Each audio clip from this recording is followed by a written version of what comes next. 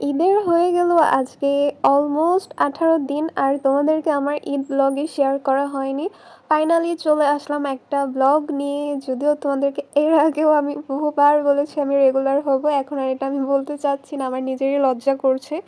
So যাই হোক, ঈদের 18 দিন পরে আসছি তোমাদেরকে ব্লগ শেয়ার করার জন্য। প্রথমে সরি বলে নিচ্ছি। ফ্ল্যাশব্যাক। আসসালামু আলাইকুম এভরিওয়ান, আই হোপ সবাই ভালো আছো। ইটস মি ইওর ফেভারিট আপু। আলহামদুলিল্লাহ, আল্লাহর অশেষ রহমতে আমিও ভালো আছি। সবাইকে আবারও নতুন একটা ভিডিওতে ওয়েলকাম করছি। So don't skip this video. So আমার ঈদের সকালটা কীরকমের কেটেছে তোমাদেরকে সেটাই শেয়ার করছি। সকালবেলা তো উঠে মিষ্টিমুখ করেছিলাম, নুডলস রান্না করেছিল, দেন সুন্দর করে শাওয়ার নিয়ে আবারও হচ্ছে মিষ্টিমুখ করেছিলাম। মানে আমার আম্মুর হাতের পায়েস মানে লে জবাব, মানে এত মজা হয়। তারপর আবার তোমার বাসায় খিচুড়িও রান্না করছিল। আমি আসলে একটা অনেক পুরাতন একটা প্লেটের মধ্যে নিয়েই খেয়ে ফেলছি। আরও অনেক কিছু রান্না করেছিল, কিন্তু সেইভাবে আসলে ফুটেজ নেওয়া হয়নি। তারপর আবার হচ্ছে তোমার আমার চাচাতো ভাই আসছিল, আসার পর অনেক কান্নাকাটি হয়েছে, যেহেতু আমার বড় চাচু পৃথিবী থেকে চলে গেছে আরও 2 মাস আগে।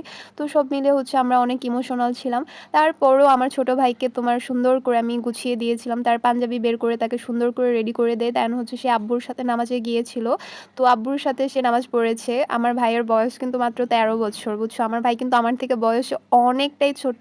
তো যাই হোক, ওকে আমি সালামিও দিয়েছিলাম, আর সালামি যখন আমি দিয়েছিলাম ওর সাথে অনেক দুষ্টুমি করেছিলাম। মানে হচ্ছে ওকে বলেছিলাম আমার পায়ে হাত দিয়ে সালাম করো, দেন আমাকে তুমি তুই তুই করে কেন বলো, তুমি করে বলতে হবে।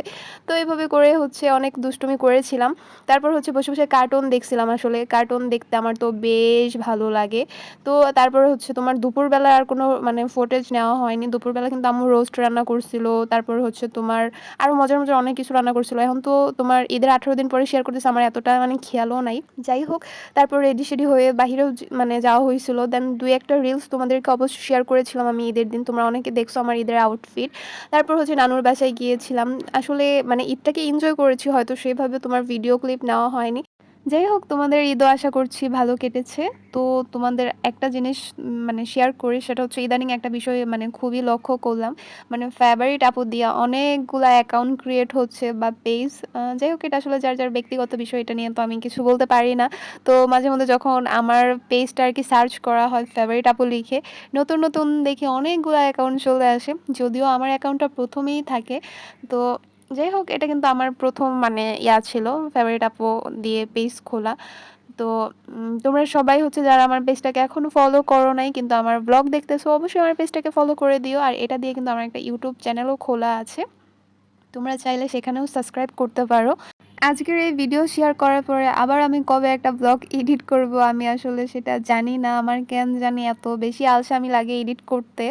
আর তাছাড়া এখন পড়াশোনা নিয়ে একটু বেশি প্রেশারের মধ্যে আছি, মানে প্রচুর পড়াশোনা করতে হবে লাইফে সাকসেস হইতে চাইলে। তো এর জন্য হচ্ছে বাসার মধ্যে অনেক প্যারা খাই পড়াশোনার জন্য, মানে বারবার বলে ভালো করে পড়াশোনা করার জন্য। তো এর জন্য হচ্ছে আরও ভিডিও এডিট করতে পারি না, টুকিটাকি তোমাদেরকে হচ্ছে রিলস শেয়ার করি। আর সেখানে তো বড় বড় ক্যাপশন তো থাকেই, তোমরা অনেকেই পড়ো। আর অনেকেই ইনবক্সে এসে বলো যে আমাকে রেগুলার হচ্ছে ব্লগ আপলোড করার জন্য, কিন্তু হয়েই ওঠে না কোনোভাবে। তো যাই হোক, তারপর হচ্ছে ডিনার করে নিয়েছি।